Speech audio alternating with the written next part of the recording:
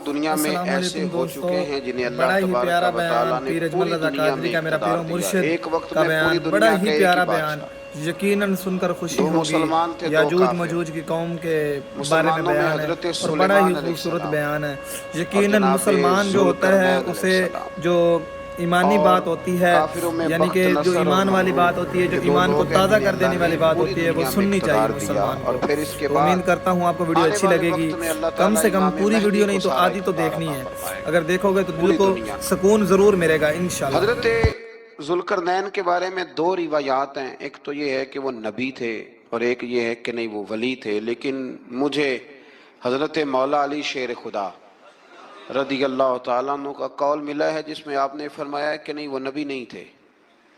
تو اس لیے میرا نظریہ یہی ہے کہ وہ اللہ کے ایک نیک بندے تھے، اللہ نے انہیں پوری زمین میں اقتدار دیا۔ وہ ایک مہم پہ نکلے، ان کا ارادہ بنا کہ میں ذرا دنیا کا چکر لگاؤں، تو انہوں نے سفر شروع کیا کہ میں دیکھوں ذرا سورج غروب کہاں ہوتا ہے۔ تو فرماتے میں پہنچا، بڑا گیا، لیکن میں اس مقام تک پہنچ گیا جہاں سورج غروب ہوتا ہے، تو پھر میں نے دیکھا کہ ایک سیاہ کنواں ہے جس کے اندر جا کے وہ چھپ گیا ہے، لیکن رب کریم کی اس حقیقت تک میں پہنچ سکا نہیں۔ پھر آپ فرماتے ہیں کہ میں آگے نکلا تو مجھے ایک قوم کے بارے میں بتلایا گیا جو بڑی خونخوار قوم تھی، بڑی خونخوار، اس کو یاجوج اور ماجوج کہا جاتا ہے۔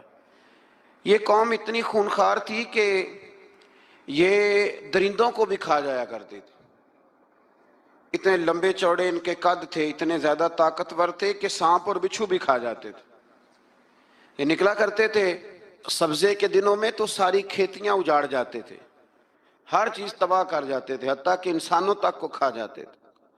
تو حضرت ذوالقرنین جب وہاں پہنچے تو اللہ تبارک و تعالیٰ نے انہیں ان مظلوم لوگوں کا مددگار بنایا جن پر یاجوج اور ماجوج کی قوم ظلم کرتی تھی۔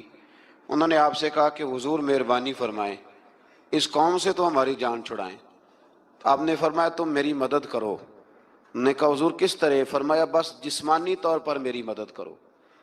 تو آپ نے پھر وہاں ایک دیوار بنائی، ایک دیوار لوہا کاٹ کر، سیسا پگھلا کر، پتھر ڈال کر ایک بڑی موٹی تازی دیوار بنائی، اور اتنی اونچی بنائی، اور پھر اس کے چاروں جانب آگ جلائی تاکہ وہ لوہا اس طرح پگھل جائے کہ وہ دیواروں کے ساتھ چپک جائے، تاکہ کوئی آدمی پیر رکھنا چاہے تو پیر رکھ کے اس پہ چڑھ نہ سکے۔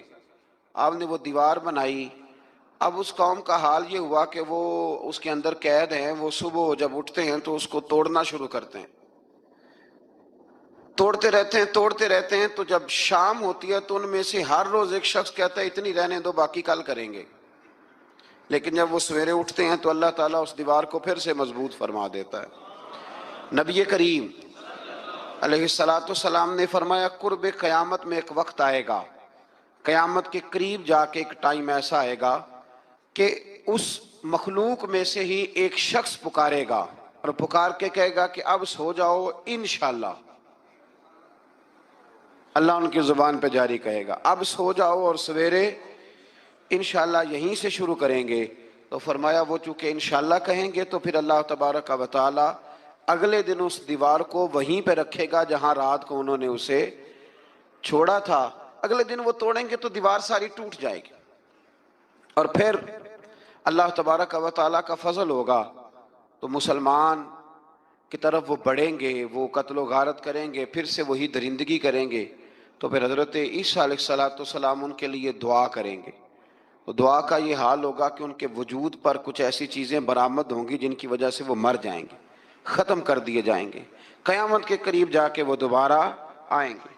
اس کے بعد پھر اللہ تبارک و تعالیٰ نے سورہ کہف کی آخری آیات میں 7 سمندر اور ان جیسے اور بھی آ جائیں، فرمایا 7 سمندر ہوں اور ان جیسے اور بھی آ جائیں اور مل کر وہ روشنائی بن جائیں تو میرے رب کے کلمات ختم ہونے سے پہلے سمندر ختم ہو جائیں گے۔ اور آخری آیت میں اللہ تعالیٰ نے فرمایا کہ اے رسول صلی اللہ تعالی علیہ وسلم آپ کہہ دیجئے کہ میں تمہاری طرح ہی ایک بشر ہوں، انا بشر مثلکم، میں بھی تمہاری طرح ایک۔ اب مثلکم کا بہت سارے لوگوں نے ترجمہ اپنی طرح کا کر لیا ہے، حالانکہ حضور صلی اللہ تعالی علیہ وسلم نے فرمایا کہ بشر ہونے میں تمہاری طرح ہوں۔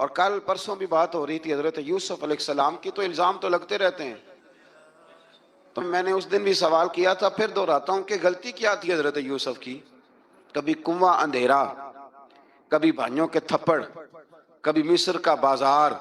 اور ذرا سوچو تو صحیح، جب بولیاں لگتی ہیں انسان کی تو کیا حال ہوتا ہے. اور پھر ذرا یہ بھی تو دیکھو نا کہ جب زلیخا نے الزام لگایا تو پھر کیا حال ہے. اور پھر 12 سال کی جیل پر رب فرماتے ہیں شان میں نے یوسف کو ہی عطا فرمائی. تو حضرت مریم سلام اللہ علیہا جب وہ بیٹا لے کے گئی ان کے پاس تو انہوں نے کہا یہ کہاں سے آ گیا؟ آپ فرمانے لگی میں نے تو چپ کر روزہ رکھا ہوا ہے، اسی سے پوچھ لو یہ کہاں سے آیا ہے، یہی بتائے گا. پنگھوڑے میں تھے حضرت عیسیٰ علیہ السلام، پنگھوڑے میں. تو قرآن مجید کہتا ہے کہنے لگے قال انی عبد اللہ. حضرت عیسیٰ بولے اور بول کے کہنے لگے میں اللہ کا بندہ ہوں. اور آتانی الکتاب، خالی نہیں آیا، کتاب ساتھ لے کے آیا ہوں. وجعلنی نبیا، اور اس نے مجھے نبی بنا کے بھیجا ہے. تو حضرت عیسیٰ علیہ السلام پنگھوڑے میں ہیں تو کلام فرما رہے ہیں، اپنے نبی ہونے کا اعلان فرما رہے ہیں. اب اس بندے کے قریب جا کے اس سے سوال کرنے کو دل نہیں کرتا جو نبی پاک کے بارے میں کہتا ہے 40 سال کے بعد نبی بنے. یہاں پنگھوڑے میں حضرت عیسیٰ کلام کریں پنگھوڑے میں، اور وہ پنگھوڑے میں کہے میں نبی ہوں، اور تو اپنے رسول کے بارے میں یہ کہے کہ بکریاں چرا رہے تھے تو معاذ اللہ انہیں پتہ ہی نہیں تھا کہ میں نبی بن جاؤں گا. ایسی کوئی بات نہیں. اعلیٰ حضرت فرماتے ہیں اللہ اللہ وہ بچپنے کی پھبن، یعنی بچپن میں بھی رنگ ڈھنگ نرالے تھے میرے رسول کی. اللہ اللہ وہ بچپنے کی پھبن، اس خدا بھاتی صورت پہ لاکھوں سلام، اس خدا بھاتی صورت پہ. اور مرحوم اعظم چشتی نے بھی ایک جملہ بڑا خوبصورت کہا، اس نے کہا تیری حیات پاک کا ہر لمحہ پیغمبر لگے، تیری حیات پاک کا ہر لمحہ پیغمبر لگے. پھر اس سے آگے آیت نمبر 41 سے ایک بار پھر حضرت ابراہیم علیہ السلام کا ذکر ہے کہ وہ بہت سچے نبی تھے. انہوں نے اپنے چچا کو بے جان بتوں کی عبادت سے روکا، عذاب الہی سے ڈرایا. اس نے کہا کہ آپ ہمیں ہمارے خداؤں سے پھیرنا چاہتے ہیں، اس سے رک جائیں ورنہ ہم آپ کو سنسار کر دیں گے. ابراہیم علیہ السلام نے کہا کہ میں آپ کے لیے اپنے رب سے استغفار کرتا رہوں گا، وہ مجھ پر بہت مہربان ہے. تو اللہ تبارک و تعالیٰ نے انہیں اسحاق علیہ السلام بیٹے اور یعقوب علیہ السلام پوتے کی بشارت دی، اور یہ بھی فرمایا کہ یہ دونوں نبی بھی ہوں گے.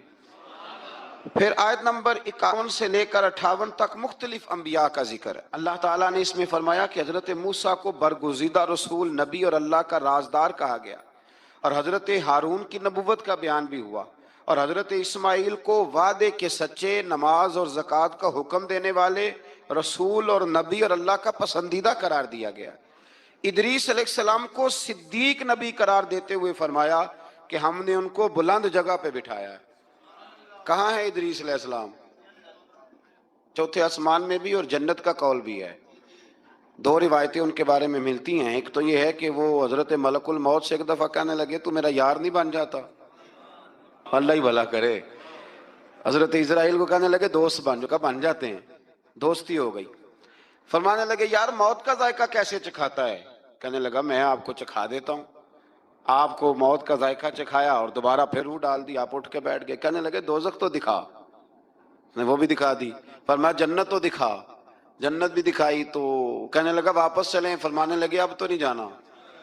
کیوں؟ فرمایا رب فرماتا ہے ہم فیہ خالدون، جو جنت میں آئے گا یہیں رہے گا. میں کہا جناب وہ تو پہلے موت کا ذائقہ چکھنا ہے، پل صراط جو دوزخ کے اوپر ہے وہاں سے گزرنا ہے. تو آپ فرمانے لگے یہ دونوں کام میں کر چکا ہوں اور تو نہیں کرائے ہیں، لہذا میں آ گیا ہوں تو میں نے یہیں پہ رہنا ہے. اب حضرت ملک الموت علیہ السلام نے عرض کی مالک یہ تیرا بندہ. فرمایا تیری دوست بھی اس کے ساتھ لگی تھی تو میری توفیق سے ہی لگی تھی، اور یہ یہاں تک آئے بھی میری توفیق سے ہی ہے. میرا ارادہ بن گیا انہیں یہاں رکھنے کا. میری طلب بھی تو تیرے کرم کا صدقہ ہے، میری طلب بھی تو تیرے کرم کا صدقہ ہے. یہ پاؤں اٹھتے نہیں بلکہ یہ اٹھائے جاتے ہیں. تو یہ بھی تو اس کا کرم ہوتا ہے نا کہ وہ کس طرح کر کے کسی کو نوازتا ہے. آیت نمبر 59 میں اللہ تعالیٰ کے فرما بردار اور سرکش بندوں کے احوال اور جو ان کے آخرت میں احوال ہوں گے ان کا ذکر کیا گیا ہے۔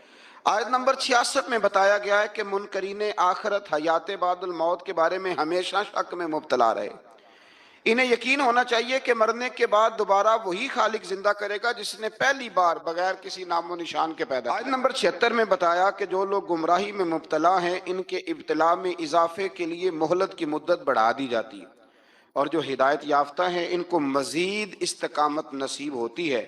اللہ کے ہاں ثواب اور انجام خیر کے اعتبار سے باقی رہنے والی نیکیاں سب سے زیادہ بہتر ہیں۔ ایسی نیکیاں کریں جو باقی رہیں ہمیشہ، کیا کہتے ہیں؟ صدقہ جاریہ۔ آیت نمبر 81 میں فرمایا کہ مشرکین اس امید پر اللہ کے سوا معبودان باطل کی عبادت کرتے ہیں کہ مشکل میں ان کی مدد کریں گے۔ فرمایا ہرگز نہیں، وہ ان کے دشمن بن کے عبادت کا انکار کریں گے۔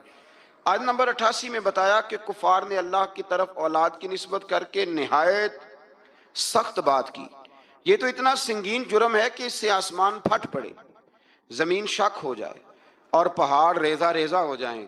مزید فرمایا کہ آسمان اور زمین میں جو کوئی بھی ہے سب اللہ کے حضور بندے بن کے حاضر ہوں گے۔ آیت نمبر 97 میں فرمایا جو لوگ ایمان لائے اور نیک کام کیے عنقریب رحمان لوگوں کے دلوں میں ان کی محبت پیدا فرما دے۔ یہ جو شرک والا معاملہ ہے نا، یہ بڑا سادہ سا